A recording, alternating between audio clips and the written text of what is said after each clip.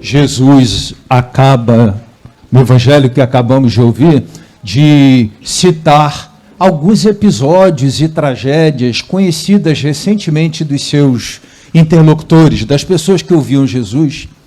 E Jesus imediatamente lança uma pergunta: vocês acham que essas pessoas eram mais pecadoras do que vocês ou menos pecadoras, tal? E aí Jesus ilustra com uma parábola a reflexão que ele começa com essa pergunta. Porque Jesus conta a parábola da figueira estéril, né? Uma figueira que não dá frutos. Todo mundo espera dela que ela produza figos e dê frutos. E já era o terceiro ano que ela não produzia frutos. E aí então alguém intercede, pede: vamos dar mais uma oportunidade, pelo menos mais um ano. Quem sabe mais esse aninho, com mais essa oportunidade, ela não venha a dar frutos, a se tornar fecunda. Eu sempre entendo esse texto, essa parábola, à luz de um outro texto, de uma outra parábola, que Jesus fala do grão de trigo, que se esse grão de trigo não cai na terra e não morre, ele não produz frutos, não produz vida. De alguma forma, Jesus está falando de uma pequena morte, pequena e necessária morte. Aquele figo estéril, a figueira estéril, precisava passar por uma mudança radical, semelhante àquela de uma morte, para que ele deixasse de ser estéril e passasse a ser fecundo. É o que é sugerido exatamente na parábola do grão de trigo.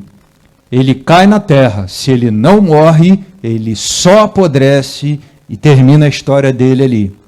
Mas quando ele morre, na dinâmica, né, de uma morte que gera vida, começa então os brotos, dos brotos os galhos, dos galhos a vida, os frutos.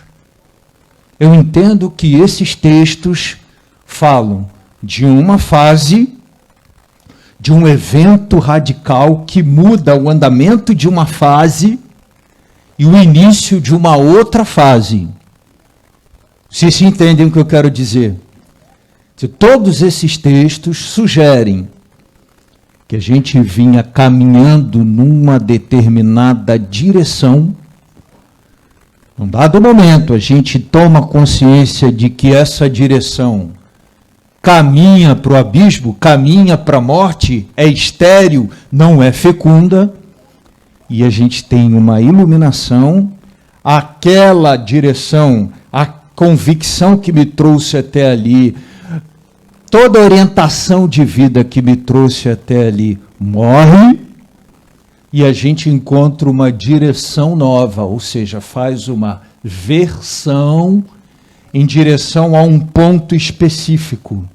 É uma conversão, uma convergência para um novo alvo que a gente mira, uma nova meta, um novo ponto de chegada, e a gente começa a andar na direção desse ponto de chegada. Não sei se compliquei as coisas, ou se mais ou menos foi possível a gente compreender, das crianças até os adultos, se for possível compreender. Isso está ilustrado na história de Moisés, na primeira leitura de hoje. Desde o início da história de Moisés está presente ali a ação de Deus. Por exemplo, a maneira como Moisés foi retirado das águas. O próprio nome Moisés significa isso, né? Retirado das águas. A maneira como ele terminou dentro da casa real do faraó. O modo como ele foi criado como um filho do faraó, tendo no irmão do faraó futuro, faraó, um irmão seu, um irmão afetivo, com laços profundos. Toda a formação que recebeu Moisés, o conhecimento que tinha tal, mas ao mesmo tempo tinha ali um clamor de história. Ele foi criado de alguma forma por essa família nova, mas com a presença estratégica da mãe. Todo mundo conhece essa história também, né? A irmã foi vigiando o menininho no cesto, e quando ele foi encontrado pela filha do faraó, que se banhava ali, ela foi imediatamente a menina ao encontro da filha do faraó, que tinha achado o garotinho, o irmão dela, Moisés, e disse: você achou esse menino? Se você precisar, eu tenho uma mãe de leite para ele, uma pessoa que possa amamentar e depois cuidar. E aí a filha do faraó aceitou. Então Moisés recebeu, ali no leite materno, no afago da mãe, a consciência da origem dele, de quem ele era. Ao mesmo tempo, ele foi criado, amado, cuidado, formado pelo Egito, pela cultura daquela grande potência, envolvido por tudo aquilo que foi oferecido para ele. Então essas duas realidades estavam ali presentes, né? Diz o texto do Êxodo, né? Esse é o Moisés 1, né? Primeira fase de Moisés, que tudo ia muito bem, até que um dia Moisés viu um egípcio surrando um hebreu. E ali as duas raízes dele entraram em conflito. De um lado, o egípcio batendo no escravo hebreu, uma prática que não era incomum, não é que aquilo fosse um absurdo, que nunca tivesse acontecido, ou que ele nunca tivesse talvez visto. Mas ali ele, um homem adulto, consciente daquela outra raiz, Moisés resolveu então deixar falar mais alto o seu sangue hebreu, sua raiz mais profunda, mais primitiva de hebreu, foi lá e resolveu fazer justiça com as próprias mãos, matando o egípcio para fazer justiça ao hebreu. A princípio era de se esperar do hebreu que ele dissesse a Moisés: obrigado, você me salvou. Mas o hebreu disse assim para Moisés, interessante isso, né? Quem foi que te constituiu meu defensor? Eu não aceito, não considero legítima a defesa que você fez de minha causa. E Moisés entendeu que ali morria uma pessoa, né? Porque ele não poderia mais continuar no Egito. Naquele momento ele se tornou um criminoso. A notícia ia se espalhar, porque se o camarada que ele defendeu e reprovou a defesa, imagine outra pessoa que possa ter testemunhado. E Moisés então fugiu para o deserto. Aí morre o príncipe do Egito, porque ele foi criado como, vivia como, tinha o luxo de um príncipe do Egito. Nesse momento morreu o príncipe do Egito, porque Moisés foi viver no deserto, reencontrar suas raízes mais remotas, foi viver lá como um hebreu, e de fato, ele teve que administrar a consciência de uma falência pessoal. Entenderam?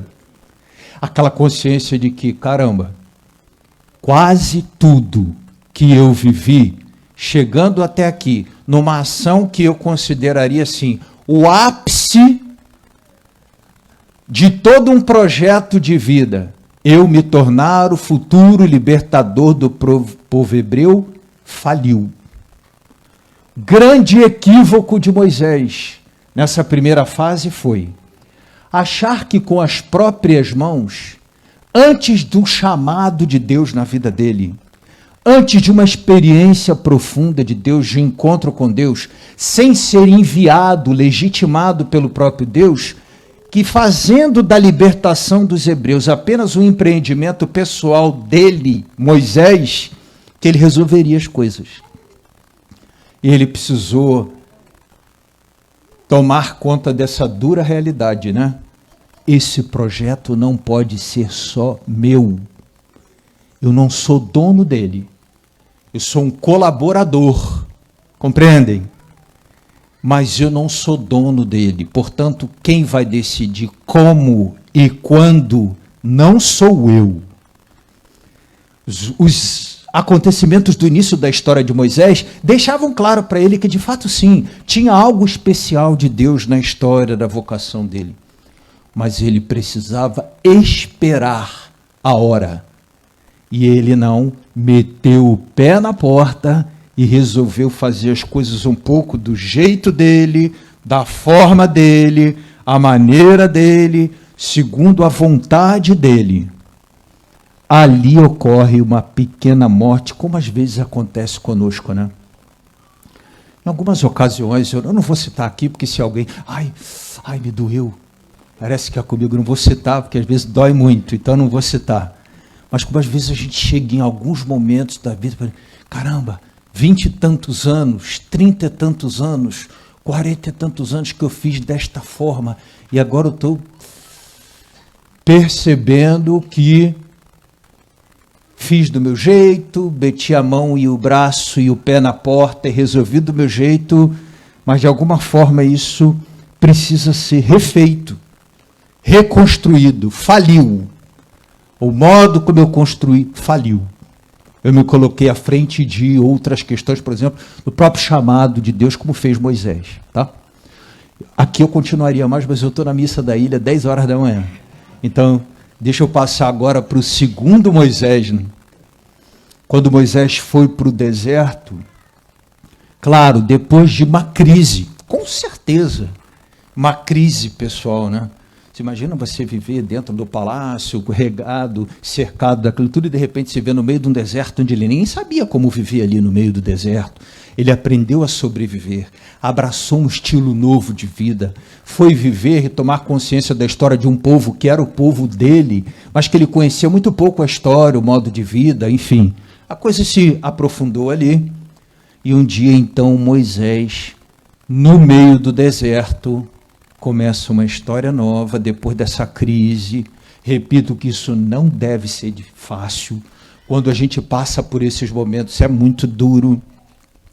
Né? E parece que o nosso Deus, nem sei se eu posso desligar agora, mas eu vou falar, parece que um momentozinho ele deixa a gente sozinho para experimentar um pouco sabe, sentir um pouquinho o sabor, mas depois ele vem mas por algum momento parece que é pedagógico, que é didático, que a gente fica ali em torno daquele meu mundo caiu. A gente fica ali curtindo um pouquinho aquilo ali, sabe? Depois vem o amparo e tal. Mas parece que é pedagógico, né? Vira não para a escola, mas para a vida, um pouco a gente ficar... Então Moisés ficou esse tempo aí do deserto, que não deve ter sido mole, nós temos também. Tivemos e teremos e temos esses momentos aí ao longo da nossa vida. Aí um dia Moisés escuta a voz que chamou Moisés, que disse, tira a sandália dos teus pés, o lugar que você pisa é santo. A ideia de tirar as sandálias é muito interessante, porque a ideia de deixar, a gente sempre fica de pé em cima delas. É com elas que a gente estabelece contato com o mundo.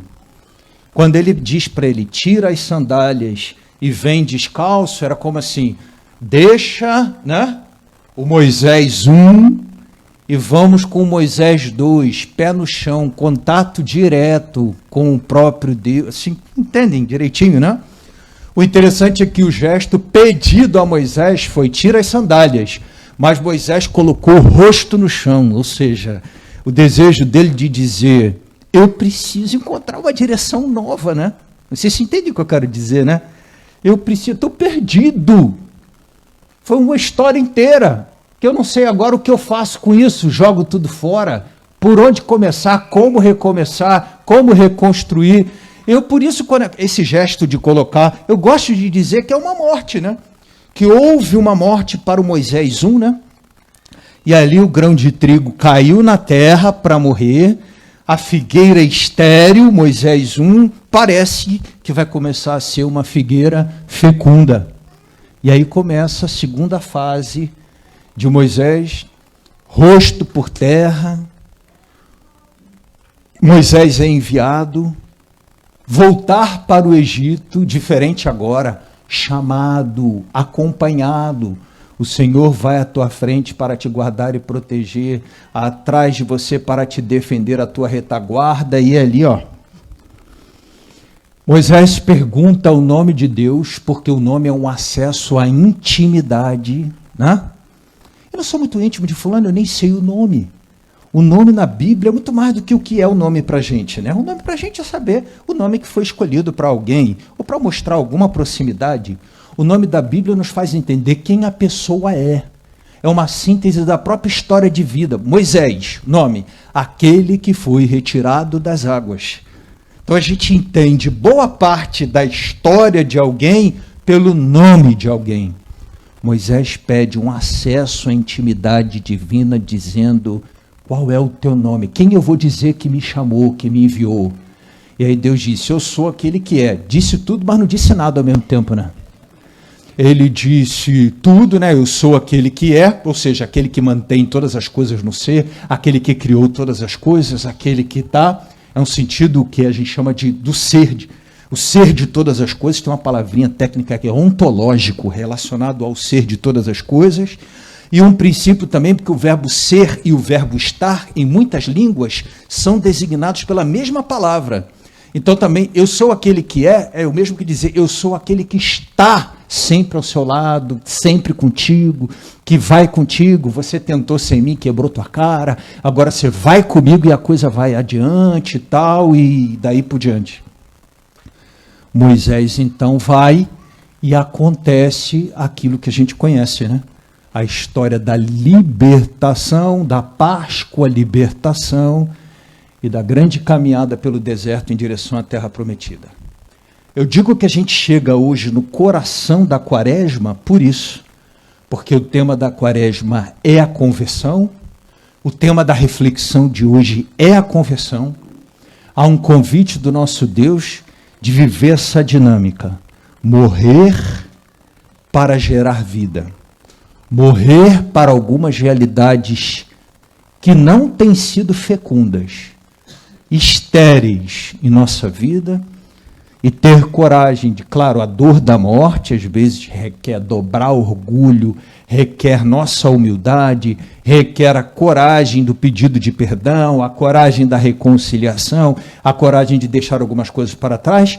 É o grão de trigo que morre, cai na terra e morre, para a gente começar uma história nova de fecundidade e não levar adiante uma história velha de esterilidade, porque pode ser que a figueira seja cortada por falta de produção de frutos. A gente deve ter medo disso, de ser uma figueira, uma árvore que é estéril, não produz frutos. Por onde passa, espalha rancor, ressentimentos, mágoas, não ajuda, não colabora, não anuncia, não... Há um perigo que a gente deve pensar que diz respeito à vida eterna, da gente ser figueira estéril. E há um convite hoje a gente passar do Marcelo 1, do João 1, do Marcos 1, da Maria 1, para o Marcelo 2, o João 2, o Marco 2, e a pontezinha que liga, isso é a conversão, que é o nosso tema de hoje.